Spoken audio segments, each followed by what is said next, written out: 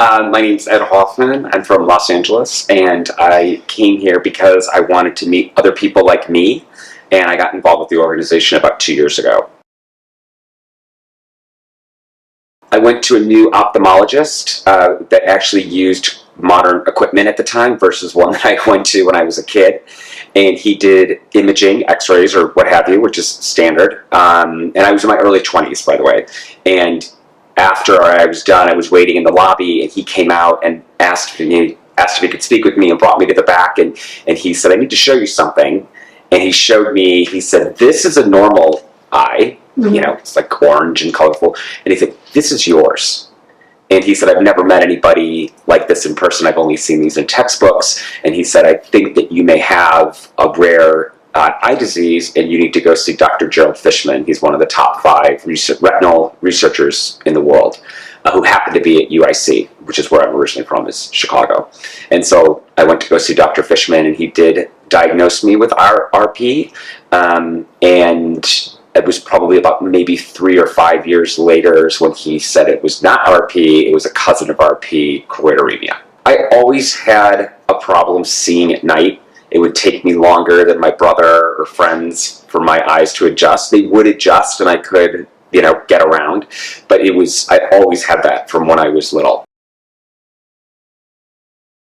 My mom, obviously, is a carrier. She's adopted, and we don't know anything about the health of her biological family, but my brother does not have it.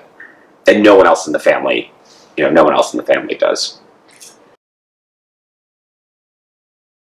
I think some of my takeaways from the conference is the real strong sense of community. I only learned about the CRF in the fall of 2019. And then connected with Brian Mayer, and then he connected me with Corey, and then got involved with the committee, the publications committee, and then Brian asked if I would take that over about 6 months later. So, and then COVID hit. So everything has been virtual. So I think that's been one takeaway, is actually meeting and spending time and talking with and hearing stories of so many other people. When you have a rare disease, any rare disease, you don't know people who have it and who don't, people that like really understand it, and can relate. And that's been really great to meet so many people and to hear kind of what their stories are. I'm pretty familiar with the science because we do a lot of press releases based on research rewards in that. So I'm familiar with a lot of the science, but to hear it from the researchers firsthand, I think to hear their real passion and enthusiasm for what they're doing is very hopeful to me, that there are so many smart people that really care about trying to find a treatment or a cure. So that's probably been my other really great takeaway or I should say something else that I'm taking away from here. There's lots of different ways that people can support the CRF and support its work. I mean, obviously, financial donations are important and helpful, and as Kathy, had just told us today, that the majority of the funding comes from people, making donations. But there's other ways to support the organization as well. Becoming a member, even if it's the free, there's 3 different levels: free, annual, and then lifetime.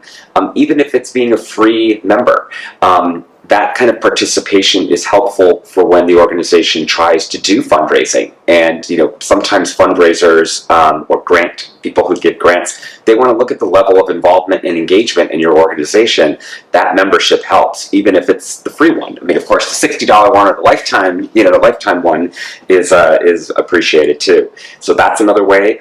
We have different social media channels where we really try to foster and build community, and that just takes, you're already on Facebook or you're already on Instagram, is making sure that you've liked or tagged us, and that you are looking at the content that we're putting up and commenting on it and sharing. I mean, those are all different ways to be able to participate. Going to the website and downloading all the resources that time and effort are put into to create and make available, those are all different kinds of ways that people can be supportive of the foundation beyond, just donating money.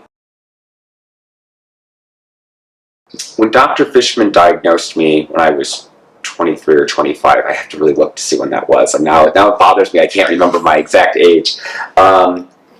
he told me there was no cure, there was no treatment.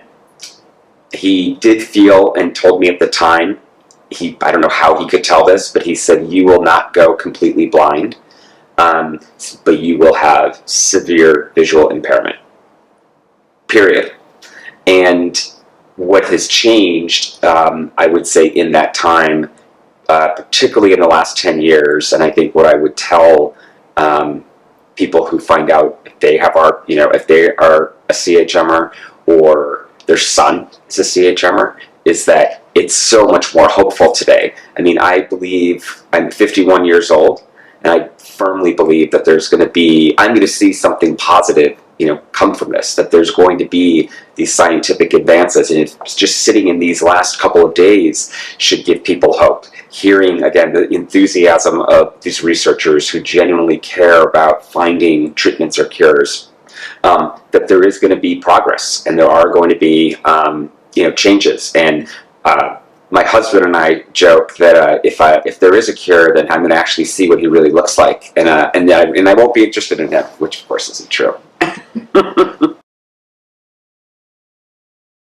I think the only thing I'd like to say is that I am so grateful to have found the CRF, and to found this organization and this community and the things that they're doing, which is why I wanted to do something immediately, and why I wanted to immediately get involved and help in whatever way I can. And so I think I'm just so grateful to be part of this, and I think coming here to this conference has really kind of tightened my interest or commitment, I should say. And I already have more ideas for our committee and the things that we could be doing. And, I'm just really, really grateful to have found this group and to be part of it.